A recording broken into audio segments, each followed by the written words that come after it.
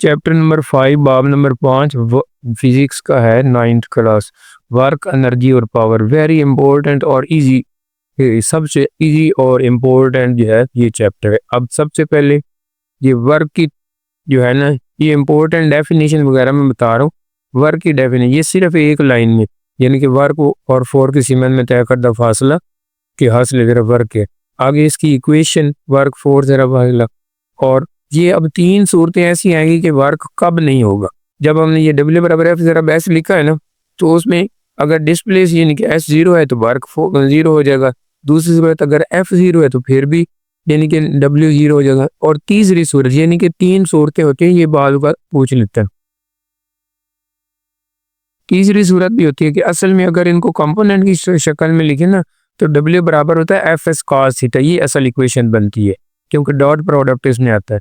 तो ये मैं एक दफ़ा फिर जीरो हो जाता है। अगर ये थीटा की वैल्यू जो है ना जीरो, तो वो तो cos theta cos zero one होता है, उसमें तो ये मैक्सिमम हो जाएंगे। लेकिन अगर थीटा 90 डिग्री आ जाए ना, तो फिर भी ये कॉस 90 जीरो, तो फिर भी वर्क जीरो होता है। तीन सूरतों में वर्क जीरो होगा। अगर फोर जीरो फिर भी जीरो, फासला जीरो, डिस्प्लेसमेंट फिर भी जीरो, और अगर एंगल 90 का हो तो फिर भी जीरो। ये तीन सूरतें हैं।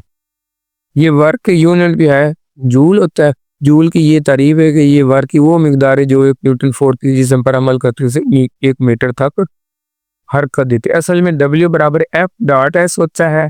तो एफ न्यूटन यानी कि 1 न्यूटन और एस 1 मीटर, तो फिर वो 1 जूल होगा। इसका ये इसी से उसने यूनिट बनाया, एफ का न्यूटन और एस का मीटर। तो 1 जूल किसकी इक्वल न्यूटन मीटर के। और ये बड़े यूनिट एमसीक्यूज में आ सकते हैं। 1 मेगा जूल के इसके पावर 10 की पावर 6 जूल और 1 किलो जूल। इसके आगे ये थोड़ी सी एग्जाम्पल भी बाज़ का शॉर्ट क्वेश्चन में दे सकते हैं। फार्मूला वही लगना है W is equal to F S, लेकिन इसमें चूंकि फोर्स मालूम करना है इसलिए बच्चे जो है वो सीधी मल्टीप्लाई कर देते हैं, हालांकि इसको डिवाइड करना है डब्ल्यू ओवर एच। तो इस तरह ये इंपॉर्टेंट एग्जाम्पल है। एनर्जी, एनर्जी की तरह ये छोटी सी लाइन किसी जिस्म के वर्क करने की सलाहियत। आगे इसकी खसूसियात में कि वर्क की तरह एनर्जी भी एक स्केलर मिकदार है और इसका ऐसा यूनिट जूल है, यानी कि वर्क का यूनिट भी जूल होता है और एनर्जी का। अब जूल की डेफिनेशन क्या है? जब किसी जिस्म पर 1 जूल तो खर्च होने वाली एनर्जी 1 जूल होती है, यानी कि ये जूल की तारीफ है। अब एनर्जी की दो अकसाम, बुनियादी तौर पर दो अकसाम है, सिर्फ काइनेटिक एनर्जी और पोटेंशियल एनर्जी। इसमें सबसे इम्पोर्टेंट टॉपिक जो है ना वो काइनेटिक एनर्जी का, ये सबसे इम्पोर्टेंट है क्योंकि इसकी इक्वेशन भी वो प्रूव करना लॉन्ग क्वेश्चन में दे सकता है।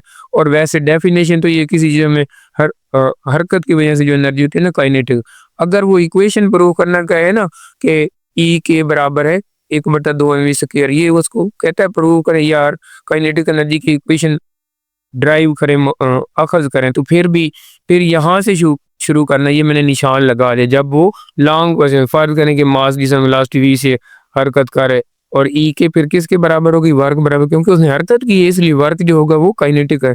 ये ई के यानी कि काइनेटिक एनर्जी बराबर है वर्क के, और वर्क बराबर होता है एफ जरा एस के। तो आगे एफ जो है न्यूटन के सेट एम ए के बराबर होता है, और फासला एस जो है वो वेलोसिटी जरा वक्त, या वेलोसिटी बराबर फासला बटा वक्त, उसी से ये एस। तो अब ये जो एस बराबर है वी आई टी जमा 1/2 स्क्वायर, यानी कि ये असल में ना इसने यहाँ पर बुक वाले ने थोड़ा सा गलत लिखा है। हाँ, यहाँ से गलती ये है कि असल में फासला जो है ना औस वेलोसिटी जरा वक्त, तो ये फासला औस वेलोसिटी जो इनिशियल प्लस फाइनल ओवर 2, तो चूंकि वो शुरू में रेस्ट में था इसलिए 0, तो v जमा 0/2, दो वेलोसिटी ना initial plus final over 2 ज़रब t, ये इक्वल किसके होगा v/2। यहाँ पर उसने 2 लिखना था, v/2 ज़रब t।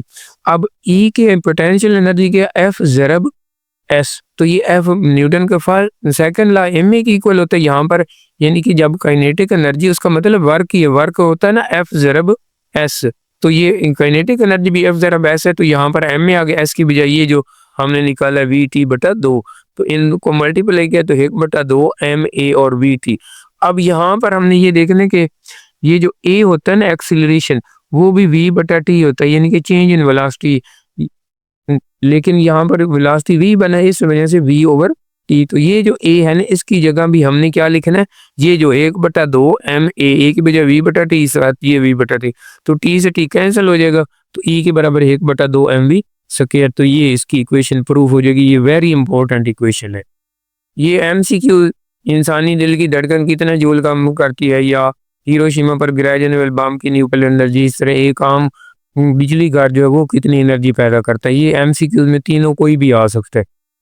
आगे ये पोटेंशियल एनर्जी की पहले तो डेफिनेशन है, किसी जिस्म में पोजीशन या साख्त में तब्दीली की वजह से वर्क करने की। पोजीशन यानी कि कोई रोड़ा या कोई चीज जो ऊंचाई पर पड़ी है तो वहां उसमें पोटेंशियल एनर्जी होगी। आगे इसकी अकसाम, ये इसकी 3-4 अकसाम, मसलन ये पहली ग्रेविटेशनल पोटेंशियल एनर्जी है, दूसरी इलास्टिक पोटेंशियल जो किसी में खिंचाव ग्रेविटेशनल जमीन की वजह से है, और इसी तरह केमिकल एनर्जी जो बैटरी में होती है, ये तीसरी किस्म है।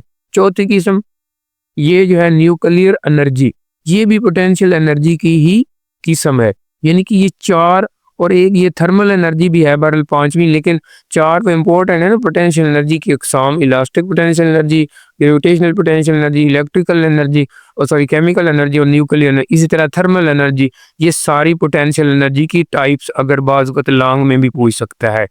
अब इसका बाज़ औक़ात ये जो है ना EP बराबर mgh, यानी कि प्रूफ करना पोटेंशियल, ई का मतलब एनर्जी, पी का मतलब पोटेंशियल। अगर ये प्रूव करना है तो फिर हम लोगों ने यहाँ तक मैंने निशान लगाए हैं, तो इनको बस सिर्फ आप लोगों ने देख लेना। यानी कि जो जो मैंने निशान लगाए यहाँ तक, ये वेरी इंपॉर्टेंट ये भी है।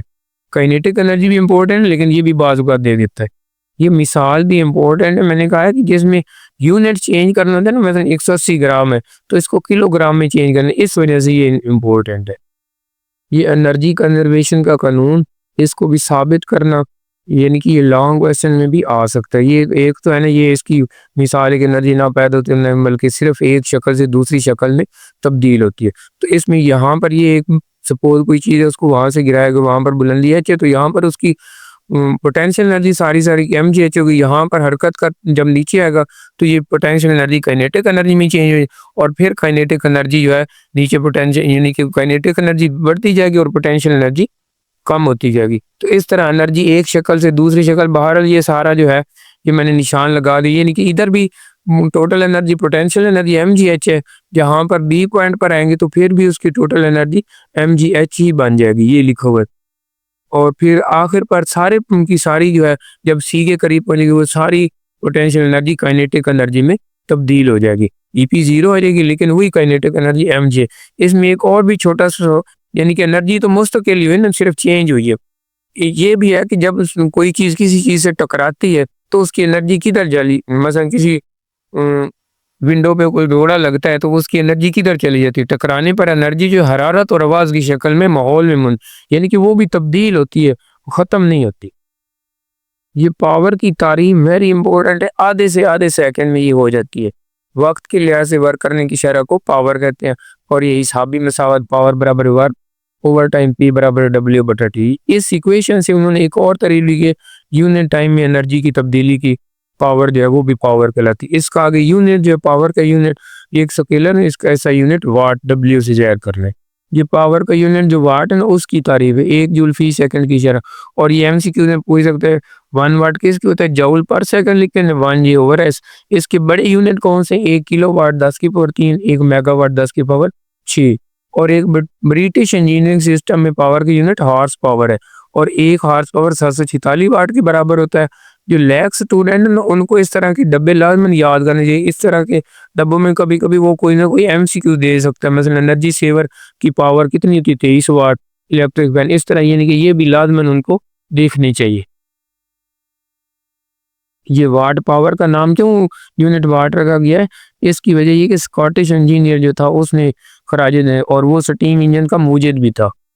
एफिशिएंसी की तारीफ, बस इतनी कारआमद आउटपुट एनर्जी और कुल इनपुट एनर्जी की निस्बत, या सिर्फ आउटपुट और इनपुट एनर्जी की निस्बत को एफिशिएंसी इतनी भी लिख सकते हैं। आइडियल मशीन कौन सी थी जिसमें सारी आउटपुट जो है इनपुट एनर्जी में तब्दील हो जाए, और ये जो है किसी चीज़ की इलेक्ट्रिक मोटर, बाइसाइकिल, यानी कि इस तरह के डब्बे, उनकी एफिशिएंसी इलेक्ट्रिक मोटर की सबसे ज़्यादा होती है। और ये एफिशिएंसी फीसद में अमूमन मालूम करते हैं, इसलिए आउटपुट बटा इनपुट, अगर ये बच्चे को मुश्किल लगे ना कारआमद आउटपुट एनर्जी, सिर्फ आउटपुट बटा इनपुट ज़रा 100 लिख दे फिर भी ठीक हो जाएगा। एक सवाल है कि क्या कोई ऐसी मशीन है जो आइडियल मशीन हो, तो कोई भी नहीं, क्योंकि कुछ ना कुछ एनर्जी, ये निशान मैंने लगा दिया, हरारत की शक्ल में ज़ाया हो जाती है। ये MCQ ज़्यादा से ज़्यादा वर्क कब होगा, जब जाविया जो है वो जीरो, क्योंकि खास 0 1 होता है।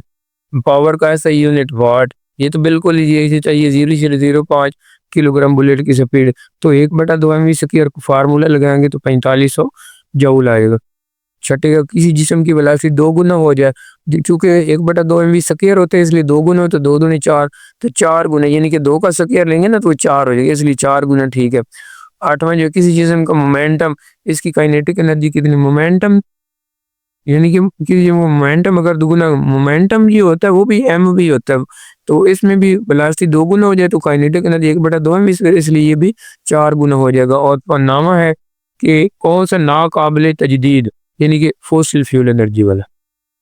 ये जो है मुख्तसर सवालात, ये थोड़े थोड़े मैंने जिन पर ये टेक किया है ना वो इम्पोर्टेंट है। अब पहला जो वर्क कितना होगा जब एक जिस्म पर फोर्स, लेकिन वो साकिन होंगे तो उसमें डिस्प्लेसमेंट नहीं होगा, डब्ल्यू बराबर है उधर, तो लिहाजा वो 0 हो जाएगा।